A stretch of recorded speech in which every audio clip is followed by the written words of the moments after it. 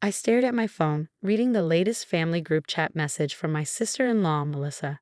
Can't wait for our annual spring festival next weekend. Just a reminder, it's an intimate family gathering. We want to keep our traditions pure. My heart sank as I watched the responses flood in. Cheerful emojis from cousins, excited replies from aunts and uncles, and my mother-in-law's enthusiastic wouldn't miss it. Everyone was invited. Everyone except us. My name is Maya, and for the past 5 years, I've watched my sister-in-law systematically exclude my family from every cultural celebration. Her reasoning? My mixed heritage would confuse the children about their true culture. Maybe we should just show up, my husband Dan suggested, looking over my shoulder at the messages. But we both knew that would only make things worse. Last time we tried that, Melissa made a scene about gate crashers ruining the authentic experience. The irony wasn't lost on me. The spring festival she was so protective of originated from a celebration of unity and new beginnings. Yet here she was using it to draw lines between family members. Mama, did Aunt Melissa say no again? My daughter Lily's voice pulled me from my thoughts. At 8 years old, she was already too familiar with rejection. Her beautiful face, a perfect blend of her father's European features and my South Asian heritage, reflected the hurt I felt. It's okay, sweetie, I said, pulling her close. We'll have our own celebration. But this year felt different. Maybe it was the way Lily's eyes lingered on photos of her cousins celebrating together, or how my mother-in-law, Martha, had started making excuses for Melissa's behavior. She's just trying to preserve our heritage, dear. You understand, don't you? No, I didn't understand, and I was tired of pretending I did. That evening, as I prepared dinner, an idea began to take shape. Our small town had always lacked cultural events, despite having a surprisingly diverse population. What if, instead of fighting for a place at Melissa's exclusive table, we created something bigger? Something that celebrated not just one culture, but all of them. I called my friend Sophia, who ran the local community center. A multicultural festival, she said, immediately excited. Maya, that's brilliant. We've been looking for something to bring people together. Over the next few days, the idea grew. Sophia connected me with other community members who'd felt similarly isolated. There was Mrs. Patel from the Indian grocery store, who'd been trying to organize cultural dance classes. Mr. Chen from the Asian market, whose New Year celebrations always drew crowds but lacked proper venue space. And Sarah, a local teacher who'd been pushing for more cultural education in schools. We met at my house, spreading ideas across my dining room table. What if we combined everything? Sarah suggested food, dance, music, art. Show people how beautiful it is when cultures come together. The energy in the room was electric. For the first time in years, I felt like I was part of something bigger than myself. This wasn't about proving anything to Melissa anymore. It was about creating the kind of world I wanted Lily to grow up in. Word spread quickly in our small town. People started reaching out, offering to help. The local newspaper ran a story about our plans. Even the mayor expressed interest, seeing an opportunity to promote unity in the community. Of course, news eventually reached my in-laws. I was at the grocery store when I ran into Martha, my mother-in-law. Her face was pinched with concern. Maya, dear, she began, her voice low. Melissa is quite upset. She feels you're trying to overshadow her spring festival. I took a deep breath, remembering all the times I'd stayed quiet to keep the peace. Not this time. Martha, this isn't about Melissa. This is about building bridges, not walls. Your grandchildren deserve to know all parts of their heritage, not just the ones Melissa approves of. But tradition, she started, is meant to bring people together, not tear them apart. I finished. You're welcome to come see for yourself. Everyone is. As I walked away, I felt lighter. Years of trying to fit into Melissa's narrow view of family had weighed me down. Now, watching our festival take shape, I realized we weren't just planning an event. We were creating a new tradition. The day we announced the date of our Cultural Unity Festival, my phone buzzed with a message from Melissa. How dare you schedule this the same weekend as our spring festival? You're trying to destroy our family traditions. I looked at the calendar. Our event was actually the following weekend. I could have pointed out her mistake, but what was the point? Instead, I focused on the growing list of people excited to be part of something new. Each day brought more support. Local businesses offered sponsorship. Artists volunteered to perform. Families signed up to share their traditional foods and crafts. Even Dan's cousins, usually firmly in Melissa's camp, reached out asking how they could help. "Mama, can I help teach the kids some dance moves?" Lily asked one evening, practicing her classical Indian dance in our living room. Her face glowed with pride, no longer worried about fitting in or being too different. "Of course you can, sweetheart," I replied, watching her twirl. This was why we were doing this. Not for revenge, not to prove a point, but to create a space where children like Lily could celebrate all parts of who they are. As the festival drew closer, I couldn't help but wonder how it would all turn out. Would people really come? Would it make any difference in how our family saw us? But looking at Lily's excited face as she helped make decorations, I knew it didn't matter. We'd already won by refusing to let anyone make us feel ashamed of who we are. The week before our Cultural Unity Festival was a whirlwind of activity. Our house had become festival headquarters, with volunteers streaming in and out, carrying decorations, checking lists, and finalizing performances. The energy was infectious. Even our typically quiet street buzzed with anticipation. I was reviewing the food vendor layout when my phone rang. It was Martha again.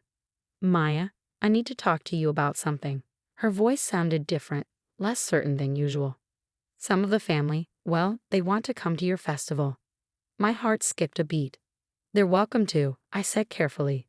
"Everyone is. It's just Melissa is very upset. She's threatening to cancel the spring festival entirely if people choose your event over hers." Martha sighed deeply. "She says we're betraying our heritage." I closed my eyes, feeling the familiar weight of family drama threatening to overshadow everything we'd worked for. "Martha, this festival isn't about taking sides. It's about bringing people together. Maybe if Melissa came, she'd understand that." "I don't know, dear," Martha replied, but I could hear the curiosity in her voice. "The photos in the newspaper did look lovely, and Sarah told me about all the activities you've planned for the children." After we hung up, I found Dan in the garage, painting welcome signs in different languages. "Your mom called," I told him, helping him straighten a banner. "Sounds like the family is interested in coming." "All of them?" he asked, raising an eyebrow. "Well, except Melissa. She's still," I trailed off, not wanting to say, "being Melissa." Dan put down his paintbrush and pulled me into a hug. "Hey, remember what you told me when we started this? It's not about them anymore. Look at what you've created." He was right. Outside, I could see Lily teaching her friends the dance steps she'd been practicing. Mrs. Patel's daughter was showing them how to adjust their hand positions, while Mr. Chen's son added some contemporary moves to their routine. They were laughing, creating something new together, unbothered by the artificial boundaries adults so often created. 2 days before the festival, disaster struck. Our main venue, the community center, had a pipe burst. Sophia called me in tears. "The repairs won't be done in time." "What are we going to do?" I sat at my kitchen table, surrounded by festival plans, feeling the panic rise. We had over 400 people planning to attend. Vendors had ordered food. Performers had practiced for weeks. We couldn't just cancel. That's when I heard a knock at the door. It was Mrs. Chen, Mr. Chen's wife, who rarely spoke but always seemed to know when help was needed. Behind her stood several other community members. "We heard about the community center," she said softly. "We want to help. My husband's warehouse. It's big, clean, and empty right now. We can use it." Before I could process the offer, others chimed in.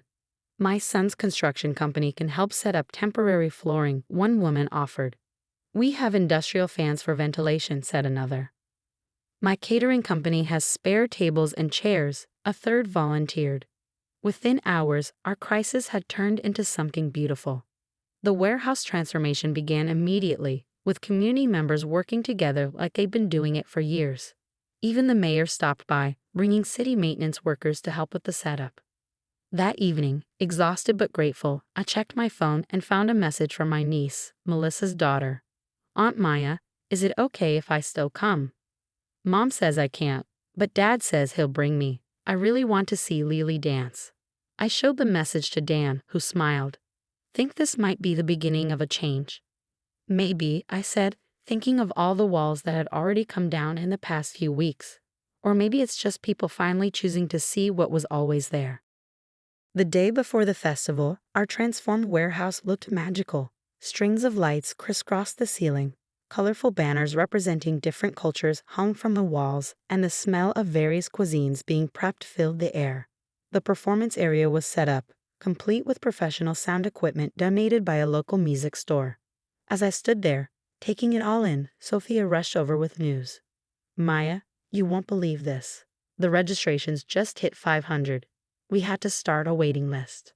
500 people. In our small town, that was nearly a tenth of the population, all coming together to celebrate our differences and similarities. That night, as I helped Lily lay out her costume for tomorrow's performance, she asked me something that made my heart swell. Mama, do you think next year we can teach Aunt Melissa's kids some of our dances too? Maybe, sweetheart, I replied, smoothing her dress. Sometimes people just need time to open their hearts. Looking at my daughter's hopeful face, I realized that while Melissa's exclusion had hurt, it had also led us here, to creating something far more meaningful than we could have imagined. Sometimes the best traditions start not with rigid rules about who belongs, but with an open door and a simple invitation to join in. As I fell asleep that night, I wondered who would actually show up tomorrow, and whether our family would choose unity over division. But looking at everything we'd already accomplished, I knew that either way, we'd already succeeded in creating something beautiful. The morning of the Cultural Unity Festival dawned bright and clear. I arrived at the warehouse early, my heart racing with a mixture of excitement and nerves. Already, vendors were setting up their stalls, the air filling with the mingled aromas of dishes from around the world. Maya, Sophia called out, rushing over with her clipboard. The line outside, you need to see this. I followed her to the entrance and froze. The line stretched around the block. Families of all backgrounds, dressed in both traditional outfits and casual wear, chatting excitedly as they waited. Among them, I spotted familiar faces, Dan's cousins, some of our nieces and nephews, and even a few of Melissa's closest friends. Then I saw her, Martha, my mother-in-law, standing uncertainly near the entrance, wearing the traditional dress she usually reserved for family festivals. When she caught my eye, she hurried over. I hope it's all right that I came early, she said, twisting her hands. I thought perhaps you could use some help. Before I could respond, Lily came running up. Grandma, you came. She threw herself into Martha's arms. Want to see my dance costume? And Mama made your favorite dumplings, the ones you taught her. Martha's eyes welled up. You still make those. Every family recipe matters, I said softly, even when we're not invited to share them. The festival opened with a bang, literally, as the local Chinese drum ensemble began their performance. The warehouse transformed into a vibrant marketplace of culture and connection. Children darted between stalls, collecting stamps in their passport books. Elderly community members taught traditional crafts to eager learners. The performance area stayed packed as different groups shared their music and dance. Midway through the morning, during Lily's dance performance, I noticed more familiar faces in the crowd. Dan's entire extended family had arrived, including aunts and uncles who hadn't spoken to us in years. They watched, mesmerized, as their grandnieces and nephews performed a fusion dance that blended classical Indian moves with contemporary steps.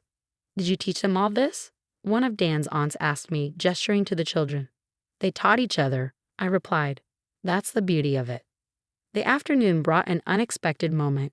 I was helping at the henna station when I heard a familiar voice. Could I get one too?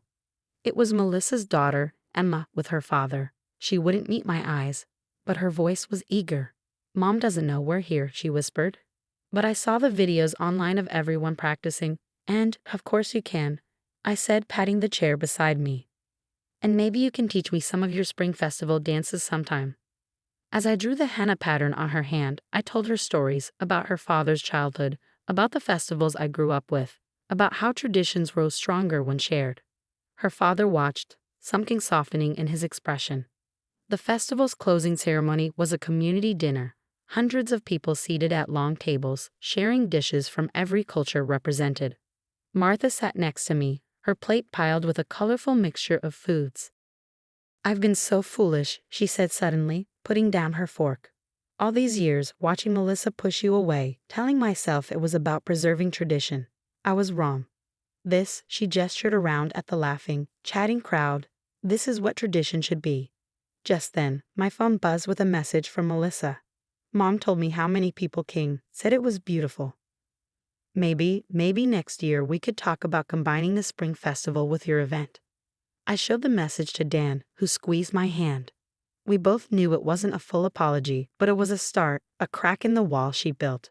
As the evening wound down, I stood on the small stage for a final thank you, looking out at the crowd, at the children still dancing together, the elderly couples sharing stories, the teenagers teaching each other phrases in different languages. I felt tears in my eyes. When we started planning this festival, I said, some people thought we were trying to replace old traditions with new ones. But that's not what happened here.